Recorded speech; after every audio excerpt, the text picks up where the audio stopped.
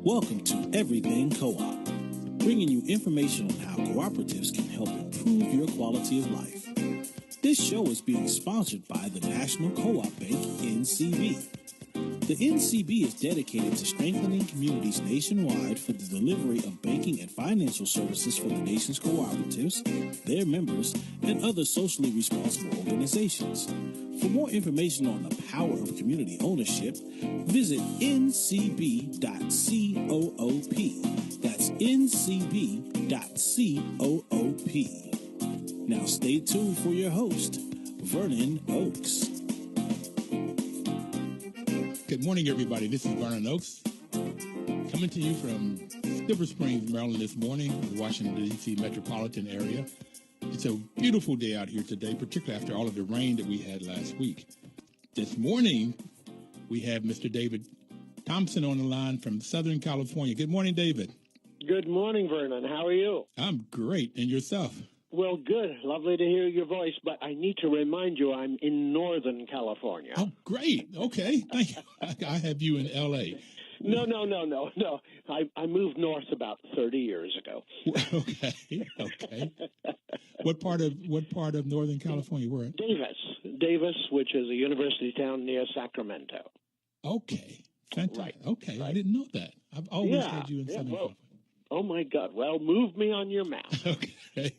Well, David, I celebrated my 68th birthday yesterday, so I'm excited as I can be. Wonderful. Good for you. And this is our second anniversary. We started this program 2 years ago to celebrate Cooperative Month, which is the month of October. And we've been on for 2 years. We were only going to do it for a month, and you were on that first month, and we're glad to have you back on again. And today we're going to talk about opportunity, or is it co-opportunity? It could be both. Okay. What is co-opportunity? Oh, okay. Well, I'm looking here, Vernon, at the replica of my new book that will be coming out. It's going to be a book launch on October the 18th in Santa Monica, California. And that might be why you think of me being in L.A., because I spent many years in L.A., but a part of the time that I spent in L.A. was working with a group of other people to start a food co-op. And that food co-op is called Co-Opportunity in Santa Monica. It has the largest by square foot sales of any food store in the United States.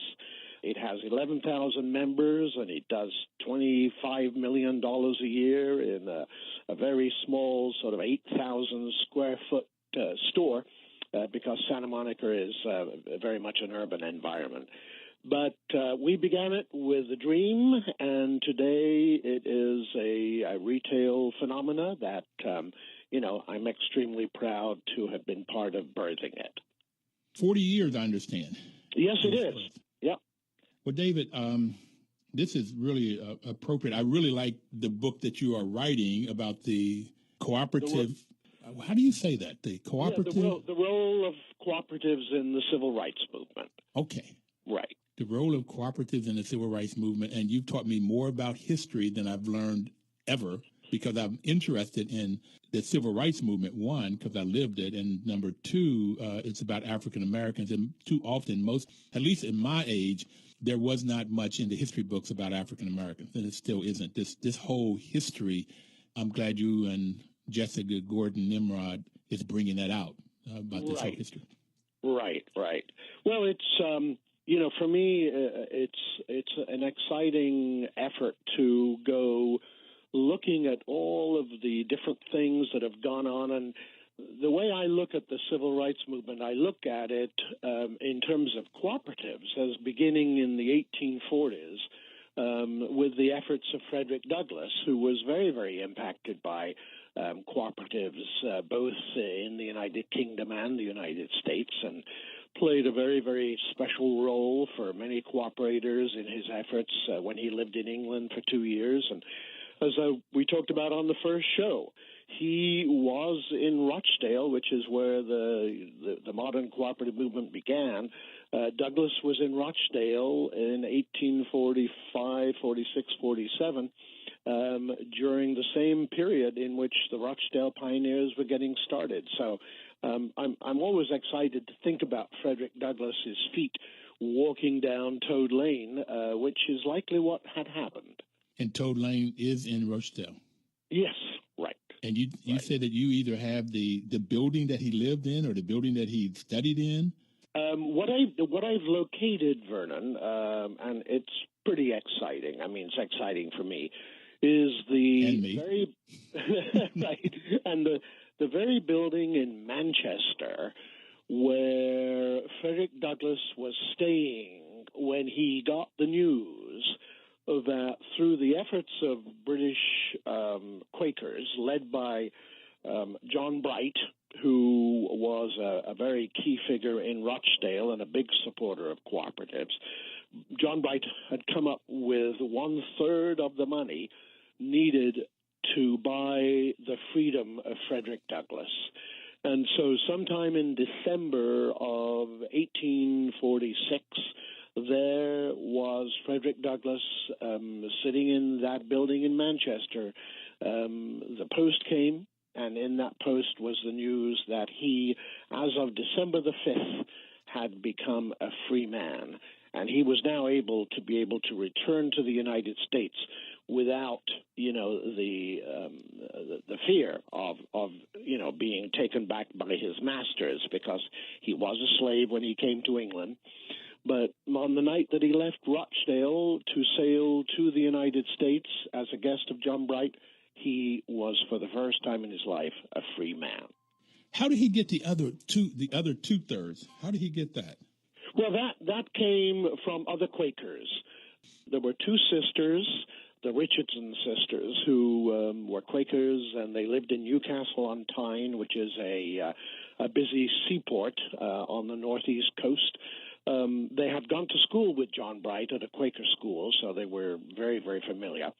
And they decided that they would raise the money, which in those days was £150 or $750. And lots of people have different views as to how much that would mean today, But they had sent out a letter to a number of other Quakers. John Bright had immediately written back because he was already familiar with Frederick Douglass, and Frederick had stayed at his house. Wrote back, and he put up the first 50 of the 150 that was required. And as soon as he got that, the Richardson sisters says, Frederick Douglass is undoubtedly soon going to be a free man. So he gave £50, which is like $250 in 1846. Can you give me some idea? I would like to know, and maybe the listeners too, what would that look like in today's dollars? What? Well, I've been working with a couple of economists to try to sort of figure out what is the most appropriate way of looking at it. And there's different definitions, but the definitions generally come between, let us say, $20,000 to $30,000 in today's world. Well, for math purposes, I'm going to use the 30 because 1/3 of 30 is 10,000. That's easy to figure out. Right. And so it would be like John Bright. I started to say John Brown. John Bright. Yeah. Put up like $10,000, and then the Richardson sisters helped to raise the other $20,000 in today's dollars, $750 in 1846, or 150 pounds, UK pounds. Right. So it's a bunch of money.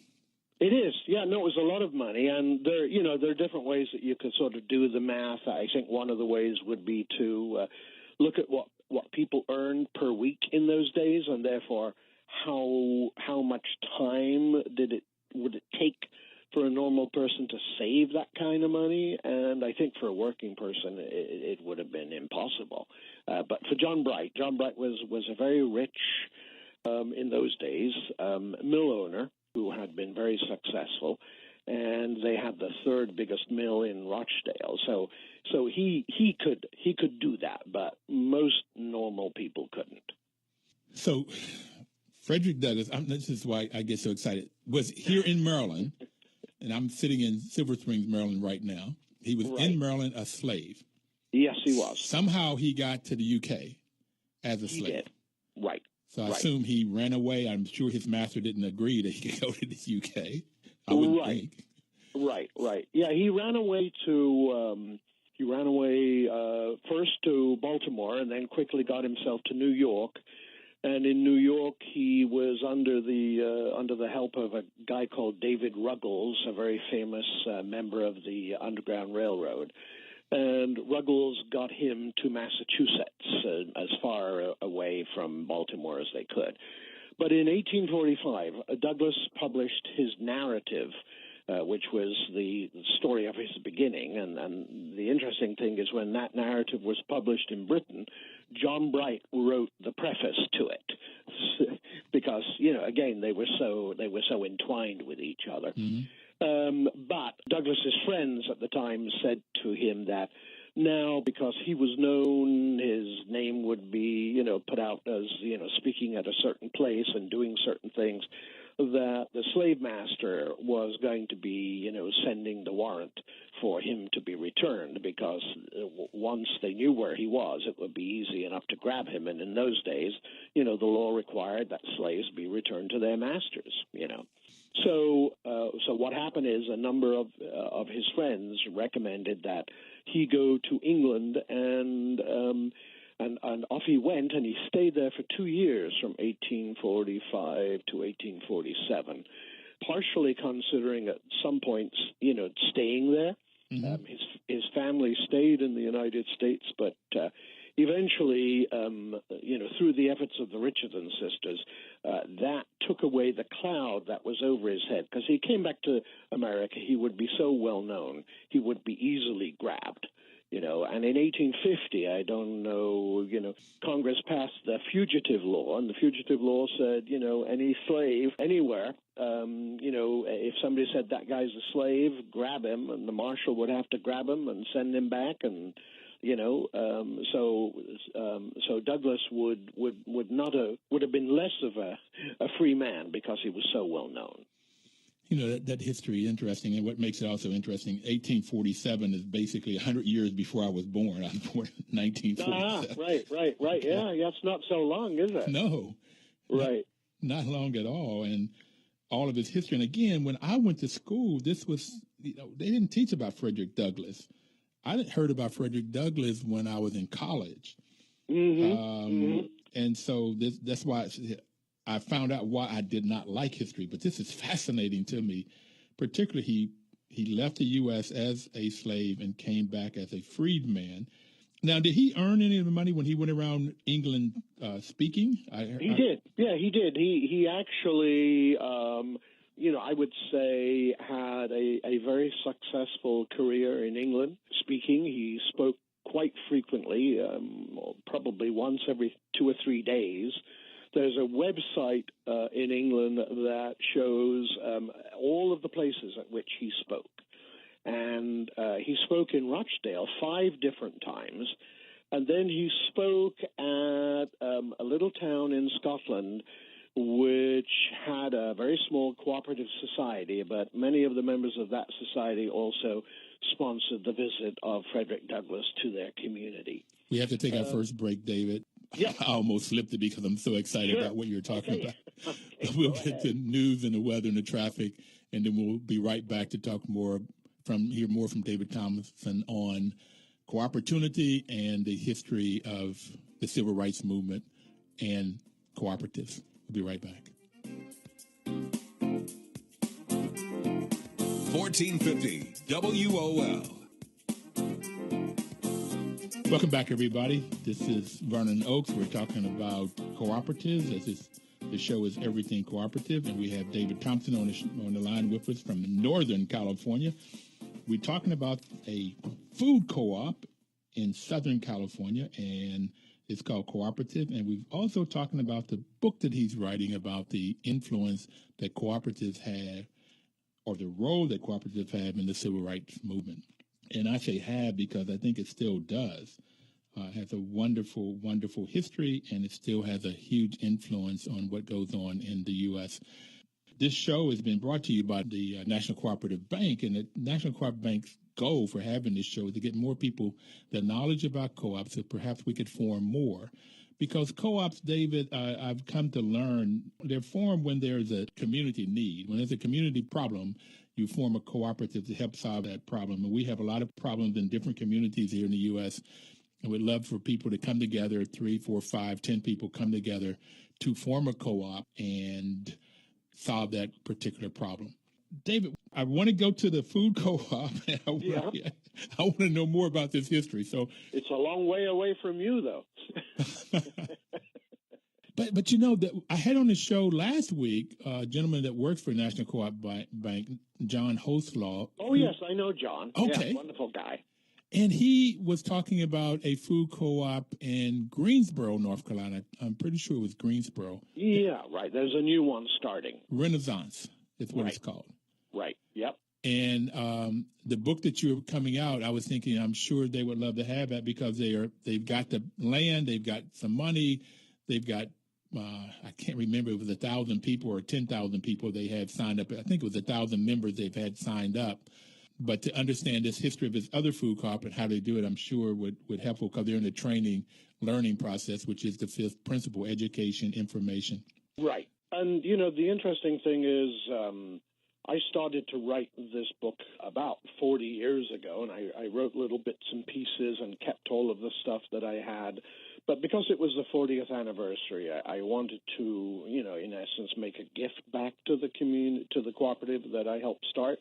And one of the key things I had in my mind is that there is such a rage for food cooperatives going on in America today that it is even larger than the wave that we had in the 1960s and 70s.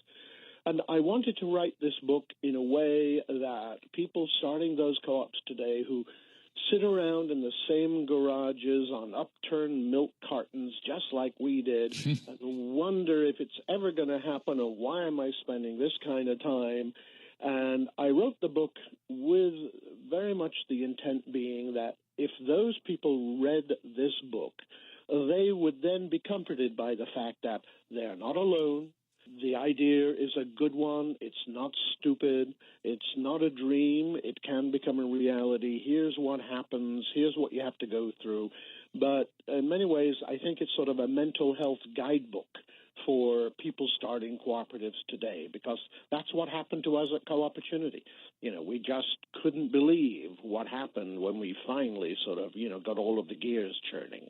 Mental health guidebook. I like that. And we talk about the problem in the community. In this community in Greensboro, the store went away, Winn-Dixie, and he said it was a profitable store, but they closed down. And here you have a food desert in this community that you can't go get fresh vegetables and fruits and vegetables and stuff like that. So the people came together and said, let's form this co-op. And John has been working with them on it. And there's a bunch of partners working with them. National Co-op Bank is one of those partners. And I would imagine this book would be very, very, very helpful. So I'm so glad that you got it out. And I want to get a copy. How can I get a copy? Well, or 2 or 10. Yeah. Well, thank you. Well, what I will be doing is, people can reach me. My email address is DT. Can I give that on the air? Sure, absolutely. Right? Yep. Okay, so my email address is dthompcoop@AOL.com. So dtompcoop@AOL.com, all lowercase. You can contact me that way. But the other way is to, after October the 18th, contact Co-Opportunity in Santa Monica. Send them an email, send them a message. Let's see. Audrey Beim is the outreach person for Co-Opportunity, and get in touch with her. And that's where the books will be. That's where they will get sent from. So if anybody wants books, go through them. And because all I'll be doing if you email me is sending you down to them, you know. So in reading your announcement, you said all of the money that's made from this, where is it going to? Yeah. Well, as a part of the 40th annual celebrations, Co-Opportunity agreed to put up $5,000 of their own money. I agreed to put up $5,000 of my own money. And that $10,000 match will be made to the members and other people who go into co-opportunity. And as that is matched, that $20,000 will go into the Cooperative Community Fund that I've helped start with them. And this is an ongoing effort to have an endowment that the interest will go to nonprofits in Co-Opportunities community. So is that to help start new co-ops? It can, yeah. Some of the money can go to starting other cooperatives, right? What we do with our community funds, there are now 45 of them that I have helped start through the United States. A quarter of the money goes to cooperatives, a quarter goes to food and other issues, a quarter goes to social service organizations, and a quarter goes to environmental organizations. David, you totally impressed me. I'm wowed. Oh, okay. You said there are 45 of these funds that you've helped to start throughout the U.S. Right. Yeah. Mm-hmm. And to make it sound so easy, how can one find out where these funds are if they are an environmental company or a social responsible company, or they want to start a co-op? And I forgot what the fourth one was. Right. Environment. What these are, Vernon, is that we come up with, that's the Twin Pines Cooperative Foundation, of which I am president. We come up with a $5,000 match for any food co-op to help create a cooperative community fund. Your wonderful sponsor, the National Cooperative Bank, provides us with a number of those 5,000 matches on an annual basis, and we're very grateful to Chuck Snyder and the bank for doing that. But we get them started, so they start with $10,000, and we help them through different programs to build their funds. The largest fund we have now is the Hanover Community Cooperative Fund, which is at around about $400,000 after 20 years. And with the 45 that we have assets of over $2 million. And all of that money is invested in cooperative development organizations. So Twin Pines is the largest single co-op investor in the Cooperative Fund of New England, the New Hampshire Community Loan Fund, on and on and on. And so every dollar that we have goes into leveraging conventional dollars for the development of new cooperatives. So those organizations are the ones that people need to go to if they're starting a cooperative. We ourselves don't lend to anybody, but we are the major investor in all of these cooperative development funds around the country. David, I met with a group in Baltimore, and they want to start a food co-op and potentially change a public housing into a cooperative housing where people that live there own it. You understand that, but I would make sure other people do that. You could turn public housing into where the residents would become owners. And we were trying to get them information about how they could get startup monies to help do both of these ventures. They're in a food desert also. Mm-hmm. And so I would love to see, and maybe you can direct me, and so I can direct others to this list of these 45 funds. Okay. Right. Yeah, well, the 45 funds themselves don't lend to anybody. Okay. But they give to nonprofits in their communities. That's what they do. If you're looking for people who you want to lend, larger sums of money to, then on the East Coast you need to approach the New England Cooperative Loan Fund, North Country Cooperative Fund out of Minneapolis, ICA Leaf Fund out of Massachusetts. Those are the groups that are doing the lending to support the development of new cooperatives, and they all have fairly large amounts of capital available to do that. It's amazing how our conversation just leads into all kinds of different things now. We've gone from co-opportunity to the civil rights movement to money and funds and so forth, and we have to take our second break. For everybody out there, if you want a question of David or myself, you can call in at 1-800-450-7876. Don't touch that dial. We'll be right back.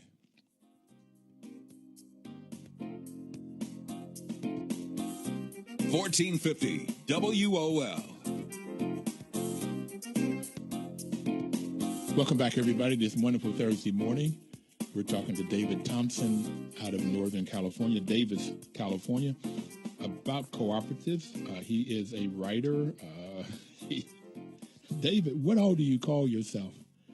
What all do you do? Entrepreneur, investor? Well, I'm glad you asked me and not other people. Well, that's a good question. I suppose in many ways I feel some kind of a duty and a responsibility to be kind of even though I'm an immigrant, a Johnny Appleseed of cooperatives. You know, that's there are a number of us in the United States who, you know, talk about cooperatives, promote cooperatives, figure out how to grow them, figure out how to develop them, figure out how to get them the resources. It's a very important role that a number of us play, and I'm really proud to be a part of that group. And the National Cooperative Bank are just absolutely fabulous in doing all of this stuff with us. I think I've told you this about 5 years ago. I figured out what I want to be when I grow up. Uh-huh. And that was to promote co-ops. This is one of the things that we're doing with this show. Develop co-ops. And at first it was just housing co-ops. And the more I've learned in these 2 years that we've been on, I've increased that to developing any and all kinds. And maybe I'll just put down beside me a Johnny Appleseed of cooperatives too.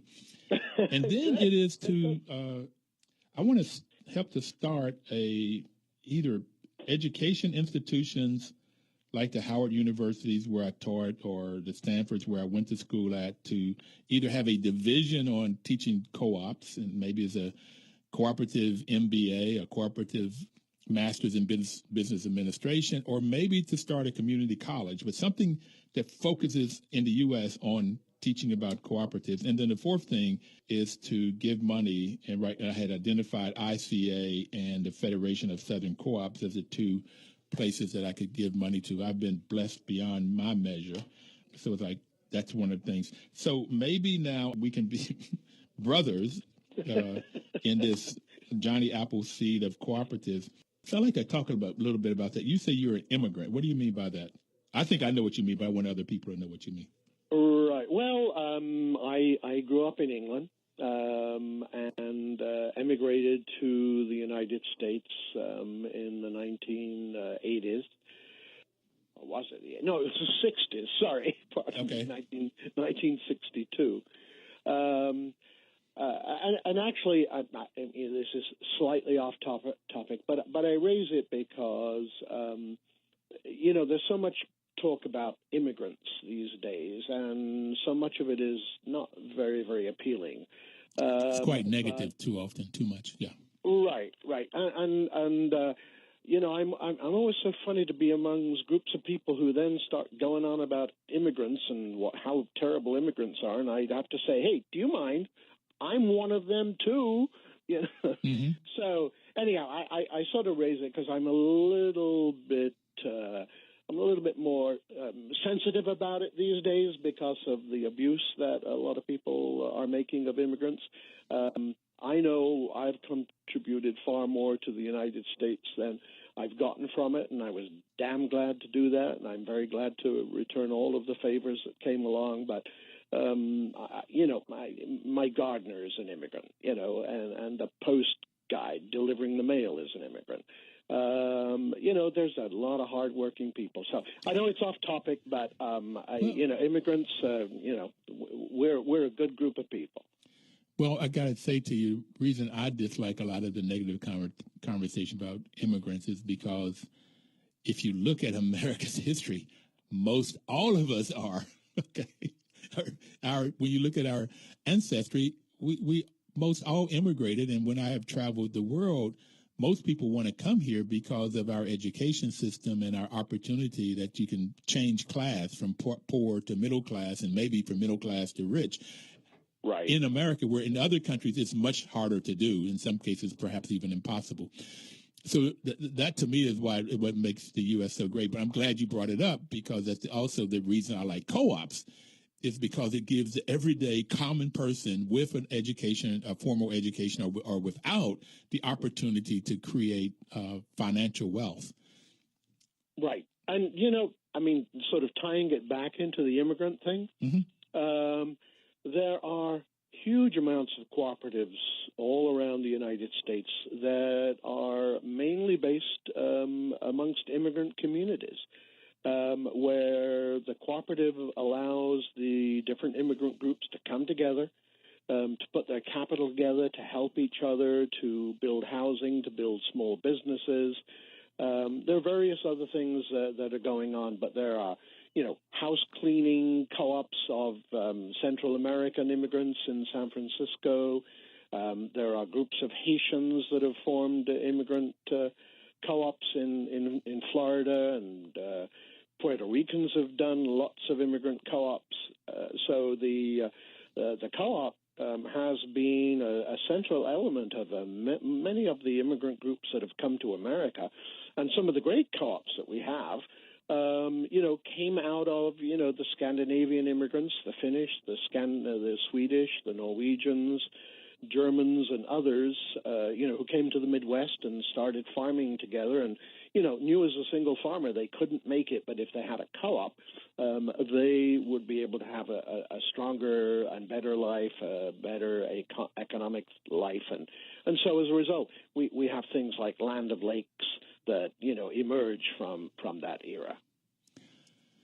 It's amazing how whatever topic you want to bring up, it goes back into how working together as a group of people, pooling our skill sets, our talents, our limited resources most often, if you're talking about people that have no means.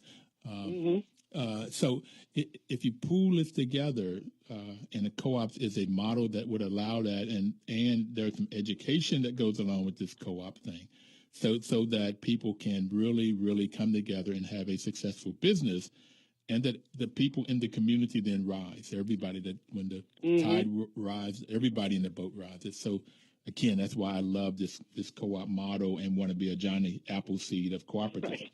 Okay. Well, I'll just one of the stories I'll just quickly throw in because I just love it. In Bangladesh about 20 years ago, cell phones began to emerge, but no individual could afford a cell phone, who lived in a little village in Bangladesh that was, sort of a foot underwater. And I heard this story about all of these cell phone cooperatives that began to emerge in Bangladesh, where a group in the village who were small business people who needed to make contact in the city, to bring in the agricultural products that they had. They formed a co-op. They bought a cell phone, and they used it amongst themselves to make their contacts with the big cities, and off they went with their little trucks and all of that kind of thing. And I thought, what a wonderful idea. You don't keep it to yourself, but share it amongst your friends, and you enter into the marketplace, and these little cooperatives began to, do better and get better prices for the thing and have a better life for themselves. And I thought to myself, what a great, great idea. It's a fascinating, too, because right now in the U.S., it seems like everybody has a cell phone, no matter how much income they have or don't have. And their kids and their grandkids have cell phones. But to think that people could not afford a cell phone in a village, and then they came together to solve that problem. Yeah. No, it's a great story. And there's one about Rochdale where groups of 7 men, would always be men in those days, but that they would form little cooperatives to buy a watch, the hanging watch that people had, and each of the members had that watch one day a week. And for one day a week, they acted like, they knew the time, they knew everything, and, they were very proud of being part of this watch cooperative. I guess you couldn't have any more than 7 since you only have 7 days in a week. That's right. I guess if you had 30, maybe you could do it one day a month. Okay. Yeah, those co-ops, it didn't work. If you only got it once a month, it just wasn't worth joining, Anyhow, your show is great, Vernon, and I thank you so much for pursuing it and contributing your time and effort. It makes a lot of difference to people, and you've given voice to people like myself and others, through giving us time on your show. So I just want to, before the show ends, I want to thank you so very, very much for what you have done. Thank you, David. I appreciate that. One of the things I've learned, I went to get the MBA at Stanford to make money. I mean, that was to learn how to make money. And then somewhere 10, 20 years later, I got that the more I tried to make more money, it seemed like the more I pushed it away. And so I just started saying, okay, do whatever you think is the right thing to do. If you think it's the right thing to do, then do it, and that'll be your criteria. And coming out of that, it's just like, it was amazing that money would show up when you just did the right thing. And the other part of it is, like, doing this show, I have learned so much more than I've maybe other people out there too, and giving, like you say, giving people a voice. But it's amazing how it's gotten me into different places. It's gotten me to learn so much more. Study the Pope. We're trying to get him on the show. Okay. Well, good. Okay. So there's no way I would have been reaching out to the Pope, except that he likes co-op. He does. Yeah, he does. He loves them. And so I've reached out to President Obama and First Lady Michelle Obama about being on it. I saw her she was in California at an opening of a food co-op. I saw her picture, and I saw Hillary's picture somewhere when she was Secretary of State, that she was in some country and they were opening up a co-op, and I saw her picture. Yeah, in Indonesia. She helped open up a new coffee cooperative. That's amazing what you know. Okay, I can't remember the picture. So I've reached out to her, and I heard that Jeb Bush, trying to be politically sensitive here, went to an Italian prison that had a co-op in it. And so I wanted to reach out to him. I haven't yet, but reach out to him to see if he would talk about his experience in that Italian prison. But it's also, I went to Maryland to talk to people in the prison system to see if we could get some co-ops in their prison. Didn't get a favorable response, unfortunately, but that's not going to stop us. We'll keep trying to see, because the recidivism rate, that's the rate that people go back into prison. It had gone where people were not in the co-ops in Italy, they were like 70% would return back. And if they were in the prisons, it was almost unmeasurable. It was like they said 1% of the people would come back. Because they worked in a co-op while they were in prison in a bakery, so they learned how they were an owner, and they made the same money they would have made outside, so they could have savings, and they had a way for them to have savings. So when they went out, they had a job. That's the hardest thing for them to get. Not only did they have a job, they were a part of an owner. Okay. Right. Yeah. No, it's that program in Italy has worked extremely well. And they've also used it quite a lot with drug rehab centers, too. So they have created many cooperatives in drug rehab centers and help people, get themselves back into the mainstream of life. David Thompson, if you want to reach out to him for his book on opportunity. Yeah. Okay. You can reach him at THOMP, co-op at AOL.com. Okay. We're going to take our last break, David. The time goes by so quick, and I think I could talk to you for 2 or 3 hours. Well, I always enjoy chatting with you, and I'm just so appreciative of what you do as a result. So, well, the thing that, as you know, Pat Thornton is the developer, and what we're trying to not only do is let's not only just talk about it, but see if we can help get some started, this Johnny Appleseed piece. And there is a lady, Irma Wilburn. Right. Albany, Georgia. She's got 10 ladies, herself and 9 others, that's starting a bakery there. Good. And that's just fascinating when she talks about there are 4 counties that these ladies come from, and they're coming together, and there's some community kitchen they're going to be able to use. So it's just fascinating what people can do as they come together. So I've been working with them.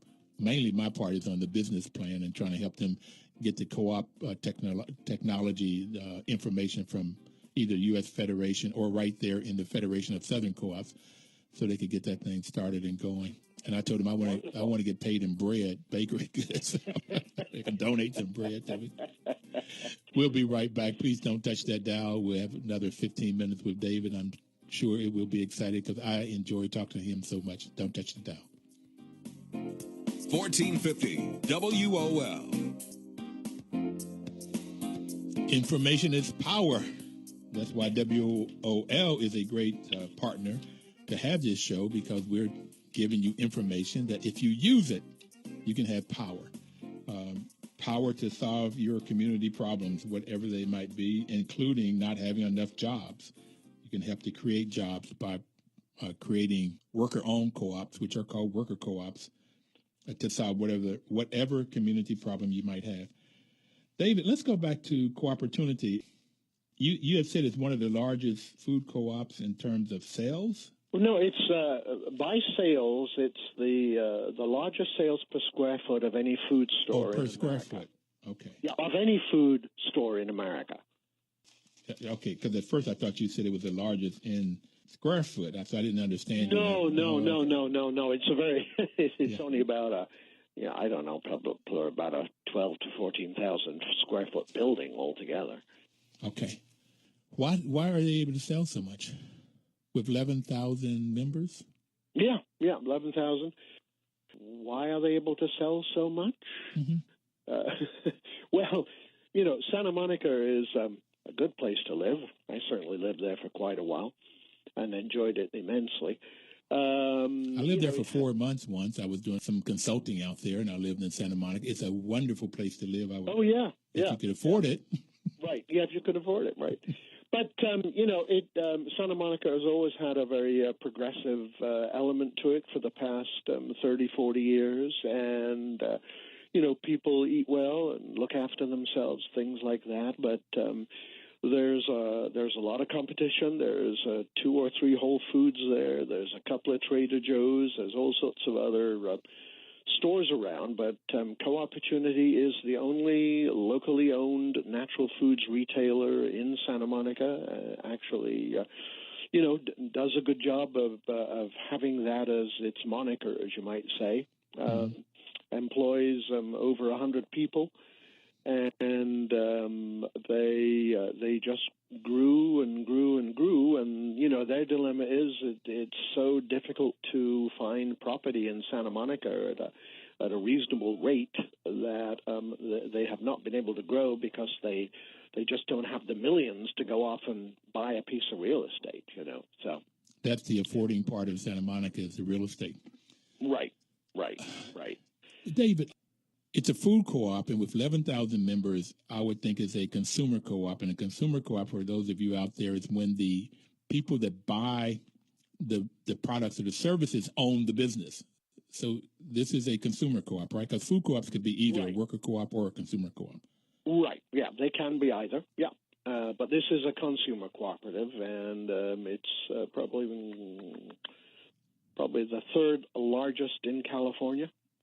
So if you have a consumer cooperative, the focus in the people that own the business, they will vote for the board of directors.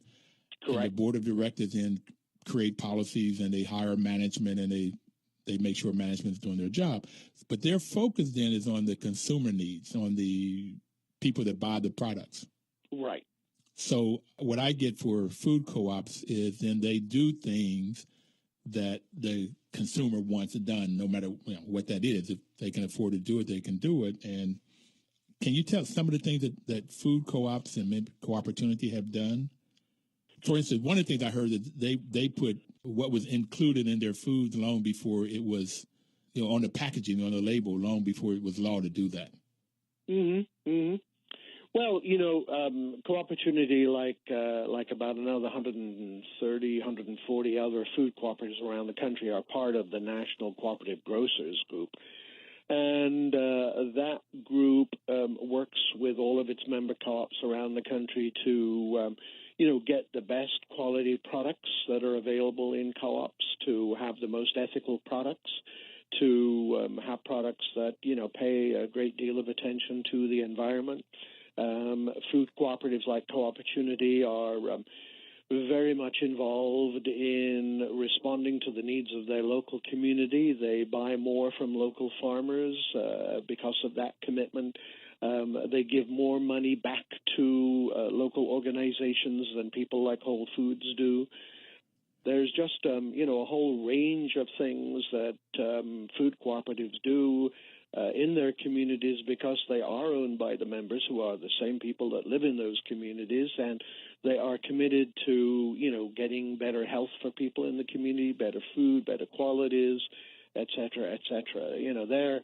Their interest is in serving the needs of their members. They are not there, solely for profit, although being a profitable cooperative is always a good idea because you have even more to share with your members because cooperatives will then share their profits with their members. Well, I had come to the understanding a long time ago, 30 years ago, that if you're a nonprofit or for-profit company, you have to have profits, whether it's called surplus or whether it's called profit or whatever you call it. You have to have more coming in than going out. If you have it the other way around, you won't be in business long. You have more going out than coming in.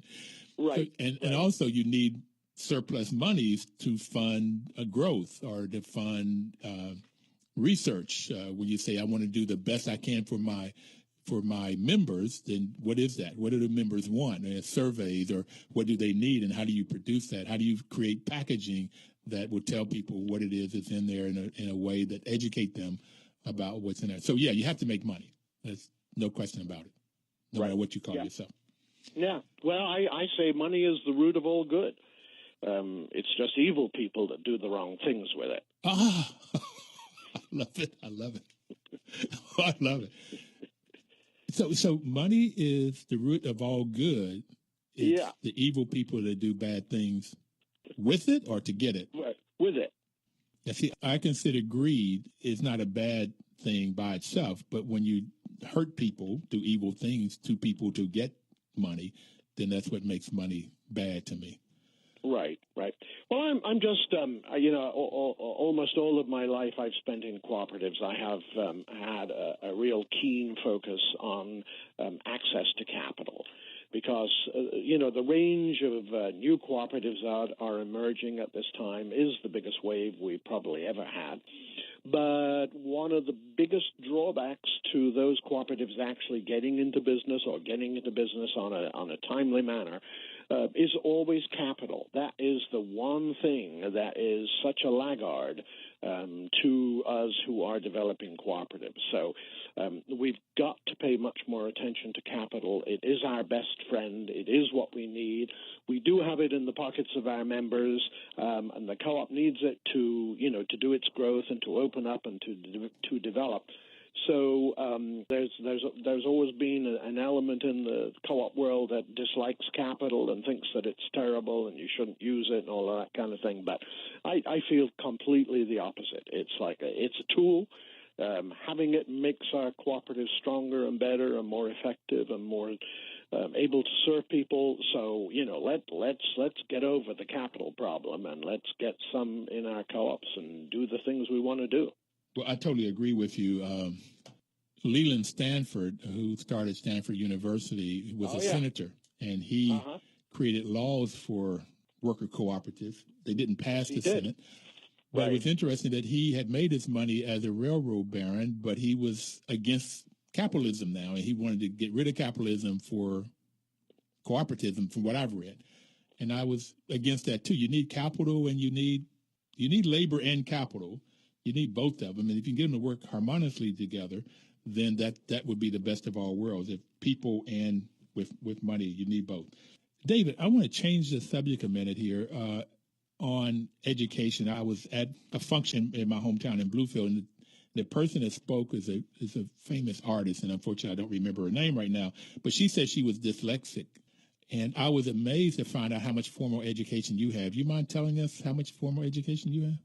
Well, I had a bit of a different journey, which is I actually left home and school in England when I was 15, and I ran away to London and got a job in a hotel and lived in a hostel. So that was how life began for me, and it wasn't until I was in the United States, I was about 27, that I saw that in the United States an education is a very critical part of, success or not success, and whether people will listen to you and all of that. So I went back to junior college and then got my AA degree and applied to UCLA, and then I wasn't allowed into UCLA because I didn't have a high school degree. So I had to go back and get a high school degree at 29 years of age. And then I got into UCLA, but I ended up with a BA in sociology and an MA in architecture and urban planning. So I just wanted to tell people out there that it doesn't make any difference what the problem is or how old you are. You can always go get that education. And what I like about co-ops, even if you don't have a formal education, you can get the knowledge you need by working together. And this is what I see cooperators do. Education is critical. And you found it out and went back as an old man. Yes, I did indeed. We're up out of time, Dave.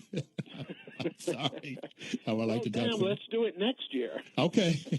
We're on for it. Thank you so much for being on, David, and I'm glad that we have a chance to talk. I do want to maybe come out to talk to you, or we'll see how we can do it. But thanks so very much, and we'll be back with everybody for next Thursday. Right, and I thank you, Vernon, and thank Pat also. Okay. Bless you for the work you do. Thanks, sir. All right, mate. Bye. Bye now. 1450 WOL.